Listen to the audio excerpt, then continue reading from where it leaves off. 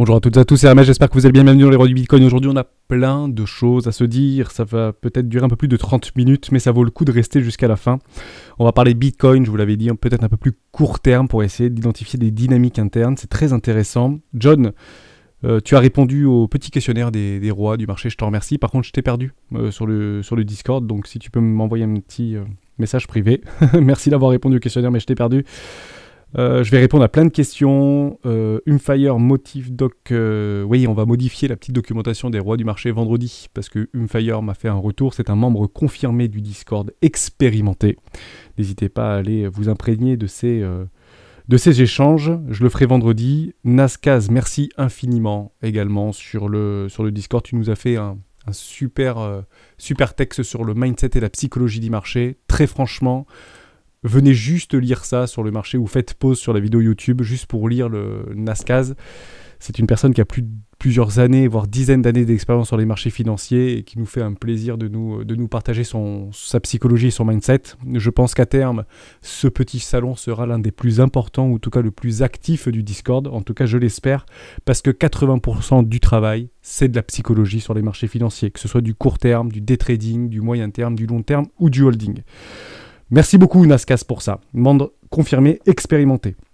On parlera aussi, on me l'a demandé, c'est Wash qui me l'a demandé par rapport au massif profit, etc. Où est-ce qu'on prend les profits, des tech profits? Évidemment qu'on va en parler parce qu'il est rentré très bas sur une petite crypto-monnaie qui s'appelle Gala.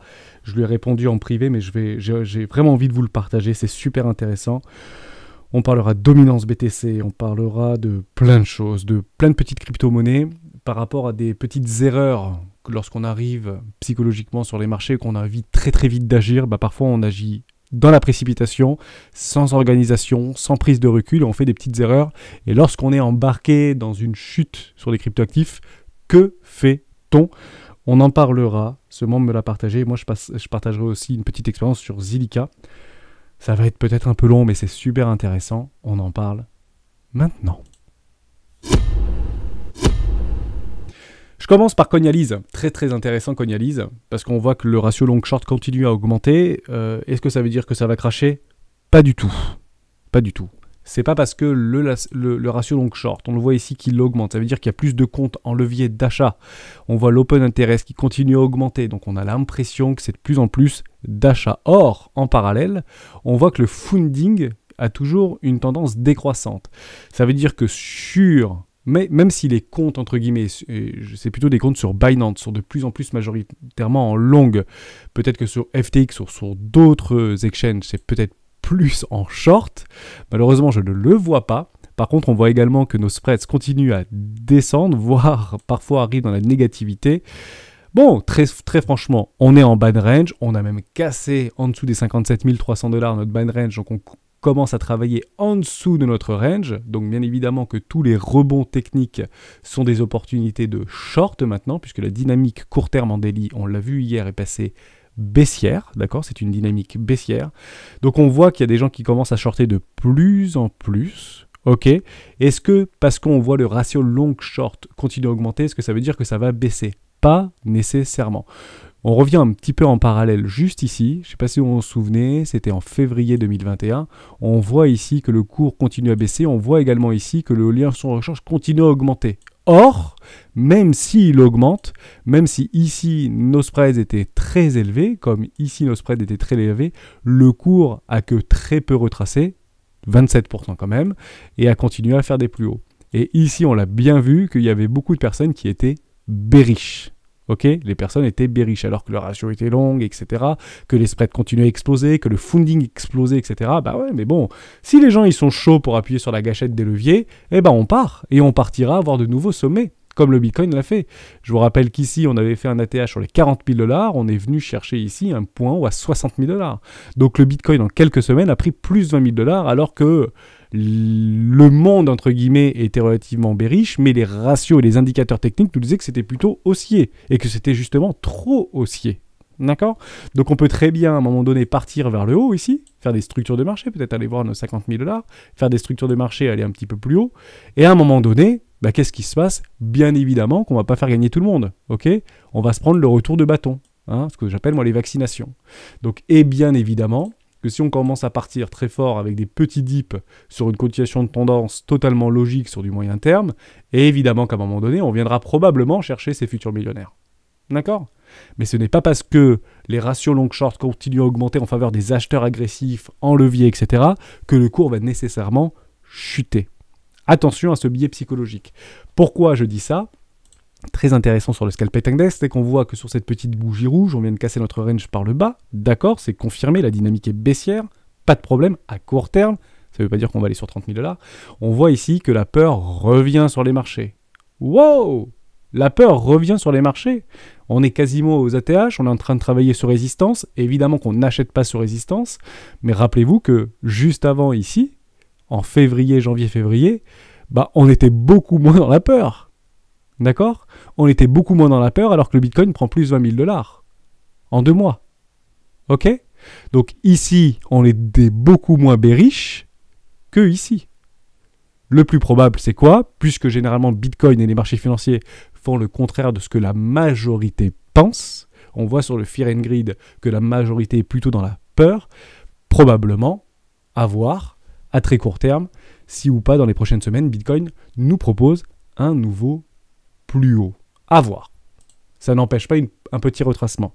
Je reviens sur le graphique. On prend du recul et on vient un peu plus dans les timeframes un peu moins importants jusqu'en 4 heures. On le fait rarement, mais je pense que c'est intéressant et pertinent d'en parler. Actuellement, en monthly, donc en mensuel, la dynamique est haussière. Elle est haussière depuis quand ? On l'avait déjà vu dans une précédente vidéo.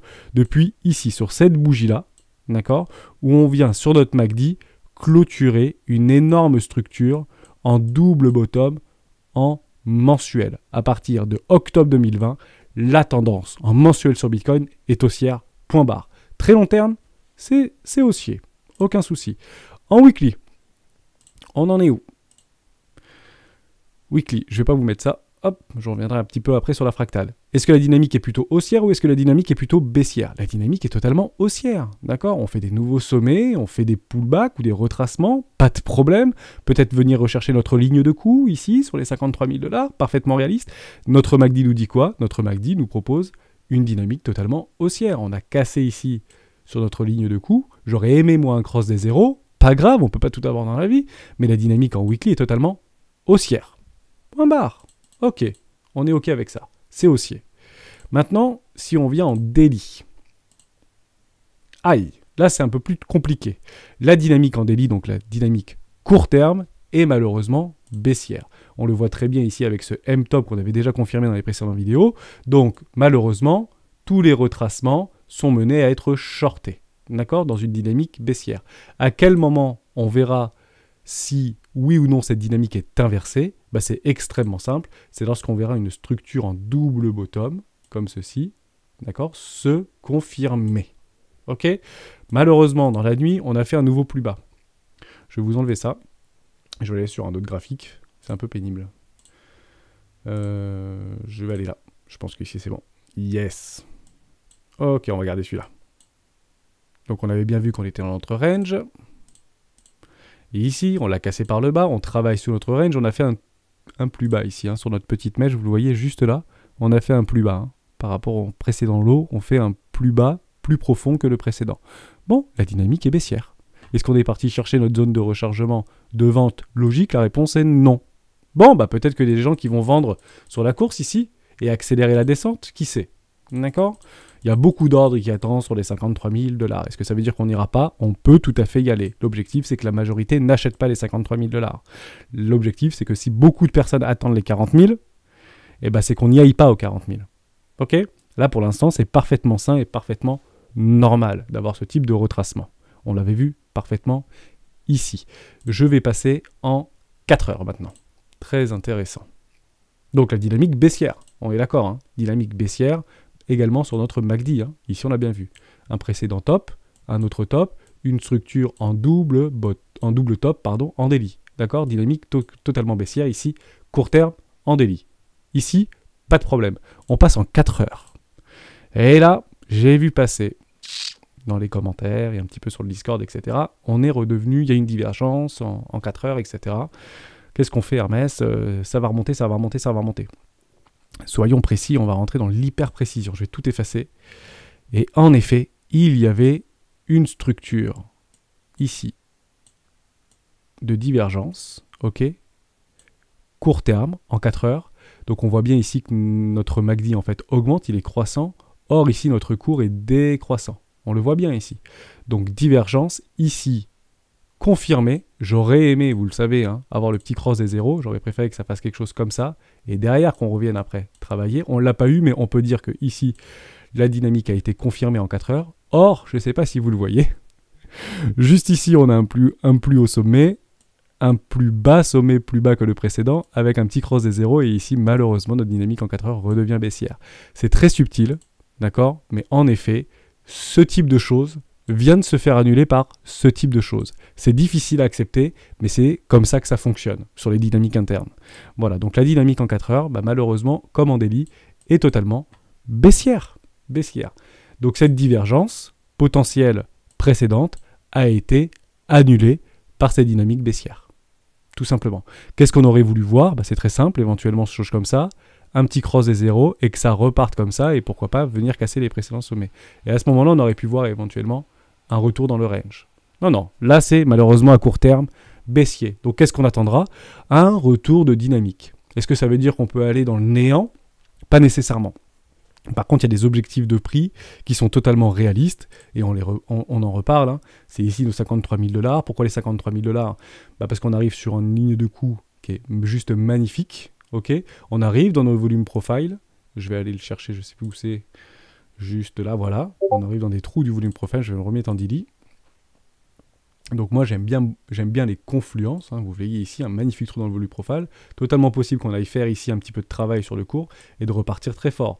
Et ça se passera si tout le monde veut acheter là.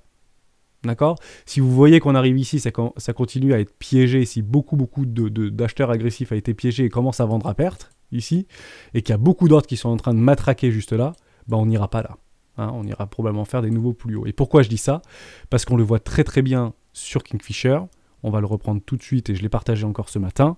C'est qu'on voit énormément de positions de short commencer à s'empiler ici entre les 57 000 $ et les 63, 65, 67 000 $. D'accord? Donc on a quand même un amas d'ordre ici assez volumineux de short et de vendeurs agressifs sur ce marché et que je pense qu'on ira probablement les chercher tôt ou tard. D'accord? Je rappelle que les cracks ou les dynamiques baissières, retournement de tendance long terme, baissière, bull market, ça se prépare, ça ne se fait pas en une journée. D'accord? Il faut bien évidemment que tout le monde pense et que la plus grande majorité ait la gâchette sur levier d'achat x10, x50 pour dire ok, tout le monde pense que ça va à 1 million, à ce moment-là on craque le marché. D'accord? Là malheureusement, dans ce type de peur, et on le revient sur le scalpel index, non, il y a trop de peur pour faire un top de marché. Vous voyez? Si on le prend ici, juste là, c'était intéressant de commencer à faire un espèce de top de marché, parce qu'ici on était plutôt dans l'euphorie, hein, d'accord? On était plutôt dans le grid. Là, on était vraiment à fond sur up. Ok, là, c'est intéressant de commencer à faire des phases de distribution pour ne pas retracer. Ok? Tout simplement. Ici, non. Non, on peut pas travailler sur des tops de marché dans la peur. Ça n'existe pas sur les marchés financiers. Je parle à long terme, pas à court terme, parce qu'actuellement, la dynamique est baissière. Tout simplement. Ça, c'était très important. On parle des petites crypto-actifs. Je vais répondre à une question juste avant. De Fabien. Loz, je suis étonné de voir ce matin la dominance du BTC qui baisse. C'est quand même rare, en général, quand le BTC chute, les alts perdent encore plus. Là, elles tiennent plutôt bien le choc. Ouais, elles tiennent bien le choc. Pourquoi elles tiennent bien le choc? Nos altcoins, et par rapport à la dominance du BTC, on va y revenir. Juste ici. Ok. Donc je suis en daily. On en avait parlé ensemble, tant que le premier arrêt ne casse pas par le haut, le plus probable, hein, c'est de faire un nouveau plus bas. Est-ce qu'on est en train de préparer ce nouveau plus bas? Je ne sais pas. On est tout simplement en train de ranger ici, d'accord? On va chercher le haut du range, on rachète le bas du range par rapport à la dominance du BTC, d'accord? On va chercher le haut du range et là, on est en train plutôt de voir le bas du range. Ok? Donc en effet, pour Bitcoin, c'est pas top ici de voir ce type de structure. Même si on est actuellement dans une zone de rechargement d'achat moyen terme, court terme, par rapport au Bitcoin. Ok? Alors pourquoi on voit que la dominance baisse ou pourquoi on voit que les alts arrivent mieux à encaisser le choc de cette petite correction très court terme? Extrêmement simple, on a peut-être une piste par rapport à cette psychologie-là, par rapport aux dérivés qui est actuellement sur les marchés. Je me mets ici sur BTC, vous pouvez aller sur CoinGlace, d'accord, c'est complètement gratuit. Je l'ai mis sur All sur toute la période et je vais aller chercher juste ici par rapport à mon open interest. Moi j'aime bien regarder Binance. Le Binance, vous voyez, il est juste ici en bleu très foncé. Si je reviens sur l'ancien top de marché ici, sur les 65 000 $, on était environ à 5 milliards de dérivés sur Binance. Ici sur Bitcoin, on est au-dessus. D'accord? On est à 5,9 milliards de dollars, alors que le cours est plus bas. Ok? Ici, je suis à 64 000 $. Ici, je suis à 57 000 $ ou 56 500 $. Donc, on voit pour un prix plus bas, les dérivés sont plus hauts. Ça ne veut pas dire que c'est de l'achat. Ça veut dire que le train, en termes de levier et dérivés, est plus chargé actuellement que lorsque le cours était à 53 000 ou 54 000 $. Et notamment sur Binance. Voilà, moi je regarde plus Binance que les autres indicateurs. Donc on voit que c'est bien chargé. D'accord? On voit que le train sur les dérivés, sur le Bitcoin est bien chargé. Par contre, si en contrepartie, on va chercher sur les altcoins, et moi j'aime bien pour voir les altcoins, pourquoi sur Ethereum? Parce que c'est pour moi l'altcoin entre guillemets des cryptoactifs qui lead un peu le marché des altcoins. Ok? Bon, on voit que c'est pas du tout la même chose. Ok? On voit ici que sur un top de marché, on était aux alentours des 2,5 milliards, et que ici sur Binance, maintenant on est plus bas. Ok? Donc le train sur les dérivés, on le voit bien ici. On le voit peut-être pas très bien d'ailleurs. Je vais essayer de zoomer un peu plus. On le voit peut-être mieux en zoomant là. En tout cas, on voit que le train sur les dérivés, sur les altcoins, est moins chargé. Automatiquement, en cas de retracement, que ce soit à la baisse ou à la hausse, ce sera beaucoup moins marqué. Et ça a créé une incidence, évidemment, sur la dominance entre le BTC et les altcoins, tout simplement. Il y a plus de leviers sur le Bitcoin. Alors, vous allez me dire, mais pourquoi Hermès, il y a plus de leviers sur le Bitcoin? Bah, c'est très simple. On commence à aller voir de nouveaux sommets. On en parle de plus en plus sur les médias. On l'avait vu par rapport à la psychologie des marchés long terme. On voit que les médias commencent à en parler. Et quand vous arrivez pour la première fois et que vous découvrez les cryptoactifs aujourd'hui, la première chose qui vous vient à l'esprit, c'est acheter Bitcoin. D'accord? C'est pas acheter du Dogecoin, c'est acheter Bitcoin. Donc les gens sont plus focalisés sur Bitcoin. Vous voyez beaucoup d'influenceurs et beaucoup de choses sur les exchanges. Et ça, c'est du marketing sur les exchanges qui vous dit vous pouvez faire du levier x100, x125, x50, x30. Bon, bah peut-être que c'est plus facile de mettre 100 € et au pire on perd 100 € et on peut un petit levier x100. Ouais, mais 100 € levier x100, ça fait quand même 10 000 € de position. C'est quand même pas rien. Donc il y a une réelle influence sur les dérivés, sur les perpétuels par rapport au futur sur notamment Bitcoin. Donc quand on voit que Bitcoin commence à être plus leveragé que les altcoins, ça veut dire que la population arrive et les nouveaux venus rentrent sur ce marché. Est-ce que ça veut dire qu'on arrive sur du top de marché? Pas du tout. On sera sur un top de marché comme ces nouveaux entrants diront « je suis millionnaire dans une semaine et demie ». Le jour où la majorité dit « je suis millionnaire dans une semaine et demie », à ce moment-là précis, il faudra se dire « ok, il faut prendre des profits relativement massivement ». On parle de CRO, on me l'a demandé. J'espère que j'ai répondu à ta question, Fabien. On va parler de CRO très très intéressant. C'est Franck qui m'a demandé d'en parler. Ben, on en parle très rapidement parce qu'ils ont fait un super truc là, un stade aux États-Unis pendant 20 ans, à, je sais pas, 1 milliard ou 750 millions de dollars. Bon, super CRO, ça le vend en poupe, marketing de ouf. Ben, c'est génial. Voilà, tant mieux, c'est ce qu'il nous faut pour commencer à créer de la hype autour du marché financier, des NTF, tout ce que vous voulez. Crypto.com aide aussi. Qu'on aime ou qu'on n'aime pas Crypto.com, peu importe, c'est super intéressant qu'il y ait des acteurs comme ça privés qui poussent très très fortement ce marché. Voilà, je crois que c'est Crypto.com, on y est, on efface tout. Bon, super poussé. Est-ce que j'ai du CRO? Non, j'ai pas de CRO. Voilà, parce que je n'en ai pas pris à ce moment-là, je ne suis pas sur Crypto.com, je suis sur Binance et j'ai l'habitude d'utiliser Binance, et ça me va très bien. Bon, super poussé du désert, génial. Quels sont les objectifs? Extrêmement simples, si vous êtes rentré n'importe où là-dedans, d'accord, dans CRO. Pas de problème. À ce moment-là, on va chercher des tops de marché, des bottoms par genre de marché. On va aller chercher juste ici. Je vais chercher mon précédent mouvement. On va probablement le chercher ici. Pas forcément là parce que c'était plutôt de la réaccumulation. Mais je vais le chercher ici. Sur ce top ici. Et je vais aller chercher ce bottom. Juste là. Bon, on voit qu'on est en train de tout pulvériser. On est parti chercher nos 3,618. Ici, j'aurais pris massivement des profits. Moi, j'aurais pris des profits ici. J'aurais pris des profits ici. Ce qui est très intéressant dans cette extension de Fibonacci, c'est qu'on voit que si on est arrivé par exemple sur le TAR ici, d'accord, on a probablement doublé notre position ou prendre 210% ici. On revient chercher ici notre position.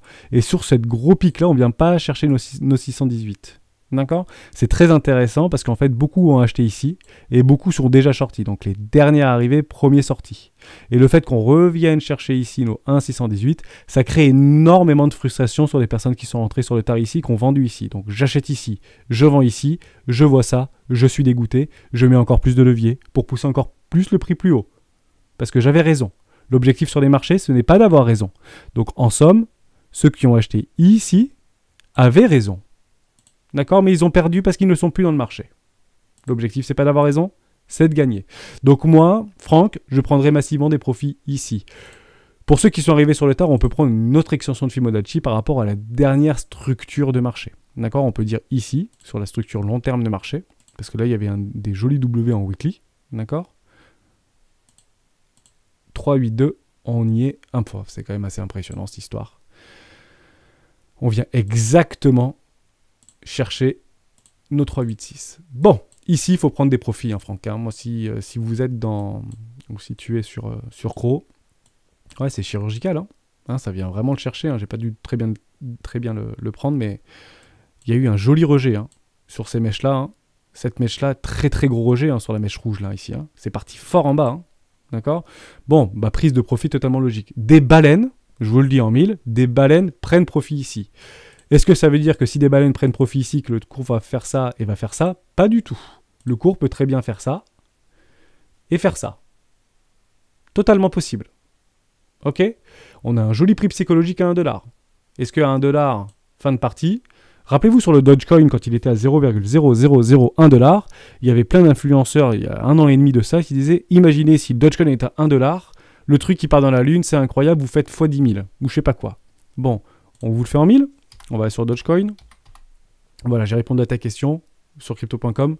Là, je prends massivement des profits et je n'attendrai pas les 1$. Je peux laisser 500 balles ou 10% de ma position courir à l'infini, pas de problème si tu y crois. Mais ici, sur les 3,618, moi, je prends massivement des profits. Et tant mieux pour ceux qui sont encore dans le train. Mais malheureusement, si on ne prend pas de profit ici, à quel moment vous prenez des profits en fait? On imagine que vous êtes rentré là. Vous n'êtes pas sorti là parce que vous y croyez dur comme fer.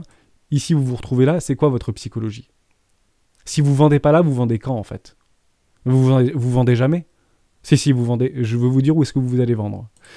Vous achetez ici, vous vendez pas là, vous êtes les rois du monde. En fait, vous allez vendre ici. Et où est-ce que c'est ici?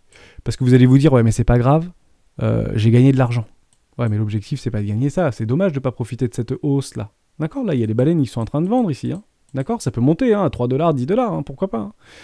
Mais je vous le dis, ceux qui ont acheté là, ils vont prendre, ils n'ont pas vendu là, structure de retournement, et ici, il y aura une magnifique zone de rechargement long terme.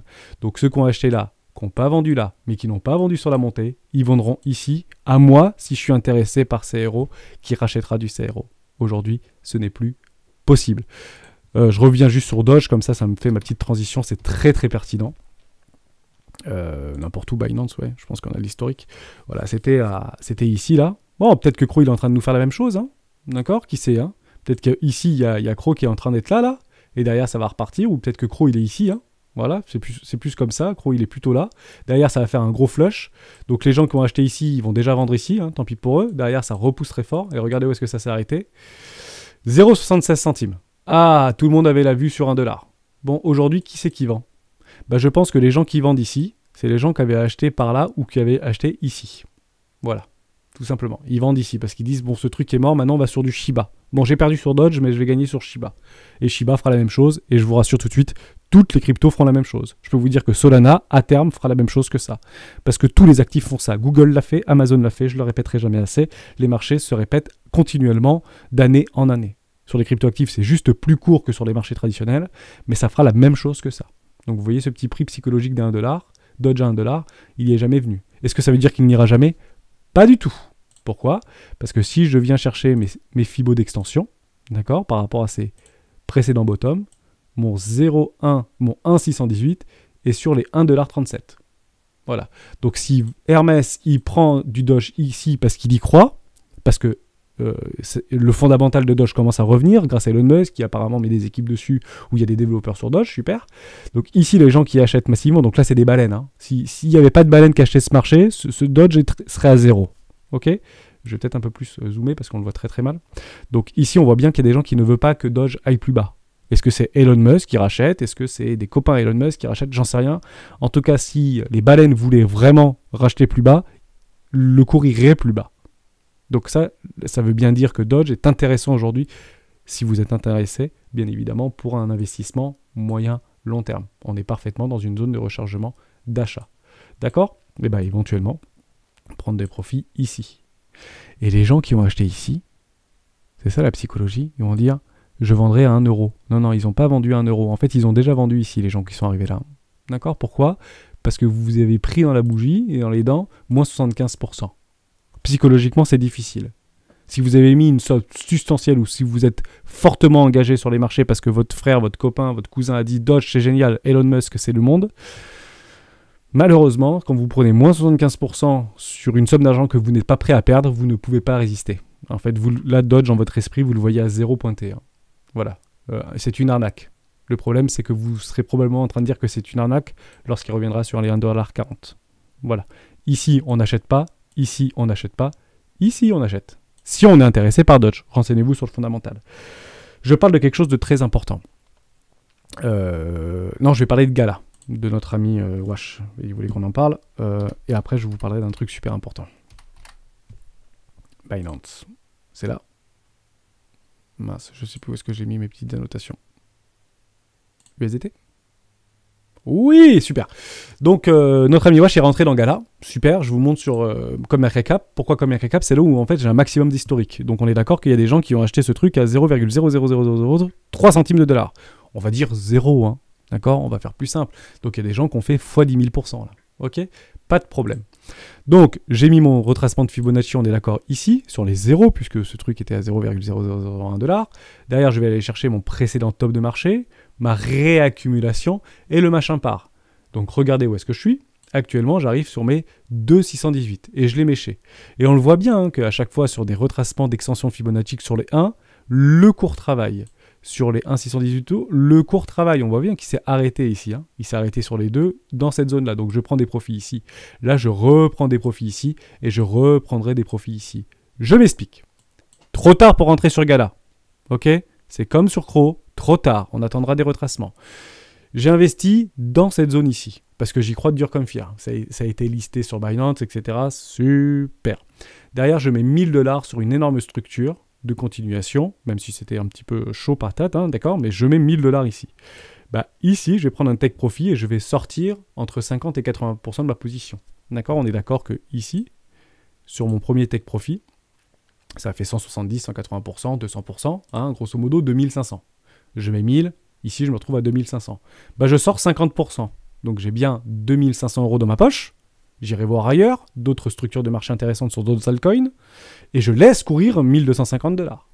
Ok? On continue à le pousser, ce prix. Donc les gens, ils sont chauds patates. Bah c'est super s'ils sont chauds. On va le laisser pousser, donc plus 50%. Bon, on est d'accord, sur mes 1250$, ça fait 1875 ou 2000$. Et ben je sors encore 50%, entre 50 et 80% de ma position. Ça, c'est la stratégie des 4€, hein, que vous retrouvez sur le Discord. Ok? Et je laisse courir 1000. Super. Derrière, ça continue à pousser. Bah, c'est super si ça continue à pousser. Mais est-ce que j'ai cette frustration de dire j'ai tout vendu? Parce que si vous vendez tout à un moment donné, où est-ce que vous rachetez? Bah, vous rachetez plus haut. Parce que vous dites « Ah non, zut, il est parti sans moi, je continue, je cours derrière le train. » Non, non. Si vous décidez de tout vendre, eh ben, vous vendez tout, mais vous ne revenez pas avant un retracement. D'accord? Et si vous êtes trader de tendance, bah, malheureusement, vous n'avez pas eu beaucoup de tendance là. Hein. C'est quand même assez explosif. Donc, tant pis. Vous attendez qu'il y ait un retracement confirmé, au moins sur un premier arrêt. Et sur la stratégie des K3, bah, ça tombe bien parce qu'on a, on a tendance, nous, à profiter de l'intégralité de la montée. Donc je revends ici entre 50 et 80% de ma position, en fonction de votre profil, en fonction de votre idée, en fonction de votre calcul. Et quand on arrive ici entre les 3, 618 et les 4, à ce moment-là, je vends 80% de ma position. Donc sur mes 1000$ que j'ai, ça repart, 1500, 2000, peu importe, je reprends 1000 et je laisserai courir 500$ ou 250$. Parce que peut-être que ce truc est Google. Ok, j'en sais rien. Mais quand je vais retomber là, parce que ce truc, je vous le dis, va retomber à un moment donné, d'accord? Je ne veux pas retomber avec quand j'ai mes 1000$ d'en bas et que ici j'ai 4000 ou 5000$, je dis une bêtise, ou 10 000$, j'ai pas envie de voir mes 10 000$ revenir à 1300$. Parce que malheureusement, c'est Beaucoup, beaucoup de jeunes investisseurs font ça. Ils voient le truc monter, ils disent à la terre entière, c'est bon, j'ai mis 1000, j'ai 10 000 maintenant. Bon, bah finalement, j'ai vendu avec 1500. Ouais, mais j'ai gagné 500. Ouais, mais c'est vraiment dommage. D'accord? Puisque ça fera ça à un moment donné. Je ne sais pas si ça le fera là, peut-être que ça le fera beaucoup plus haut, mais à un moment donné, malheureusement, ça le fera. D'accord? Donc voilà la stratégie, je vous laisse capture d'écran, retrouvez-le sur la stratégie 4 qui sera mise à jour vendredi, tout simplement. On va parler aussi d'une... Est-ce qu'on a encore un peu de temps? Ça fait longtemps que je parle. Ouais, ça fait une demi-heure. On parlera d'une autre approche psychologique plutôt dans la vidéo de demain alors. Je voulais juste parler de Theta, parce que Theta, on me l'a beaucoup, beaucoup demandé, Theta. C'est très intéressant sur Theta. Est-ce que Hermès, il est dans Theta? Non, je ne suis pas dans Theta. Je pourrais y rentrer sans aucun problème, hein, mais malheureusement, je suis sur d'autres cryptoactifs actuellement, un peu moins capitalisés. 5 milliards de market cap, bah, pour moi, c'est peut-être un peu gros, même si c'est streaming, jeux vidéo, etc. Pourquoi pas? Si vraiment ça fait un gros pullback et ça revient chercher l'en bas de mon range, j'ai mis quand même un ordre ici d'exécution à 4 $. D'accord? Alors, c'est pas 4 $, en fait, c'est 4,10 $ ou 4,20 $. Hein. C'était juste pour imaginer, pour vous dire que ça peut être intéressant de rentrer ici. Alors, c'est très intéressant pour deux raisons. La première raison, c'est que psychologiquement parlant, on voit un truc, c'est que, ouais, mais vous êtes fou de rentrer sur Theta parce que ce truc a déjà pris 30 000 %, 50 000 %. En fait, on s'en fiche. C'est bien de regarder dans le rétro, mais c'est bien aussi de voir un potentiel cryptoactif par rapport à un asset donné. Si tout le monde veut voir Theta à 1000 $, et ben à ce moment-là, il faut être quand même dans le train. Okay. Par contre, on n'investit pas de façon irrationnelle sur le marché. Ce qui est intéressant, c'est que nous rentrons ici dans une classe éco, et nous sommes rentrés dans une classe éco, et on a vu ici en fait les 3 $ qui a été tagué. Alors même si 3,50 $, dans votre esprit, ça paraît énorme, parce que quand on zoome très fortement, d'accord, vous vous dites, mais il y a des mecs qui sont rentrés à 10 centimes là. Et ce truc est à 6 $. Oui, mais on s'en fiche. C'est comme Solana, c'est comme Bitcoin. Ça reviendrait exactement même de se dire, oui, mais moi j'attendrais que Bitcoin revienne à 150 $. Aujourd'hui, il est à 64 000 $, mais j'attendrai qu'il revienne à 100 $.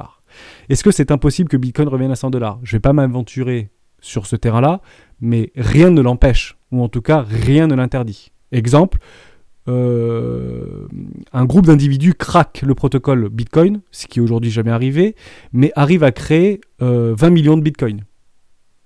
Il y a 21 millions de Bitcoin maximum, mais ils arrivent à en créer 20 millions de plus. Est-ce que vous pensez que ce truc vaudra encore demain 63 millions de $?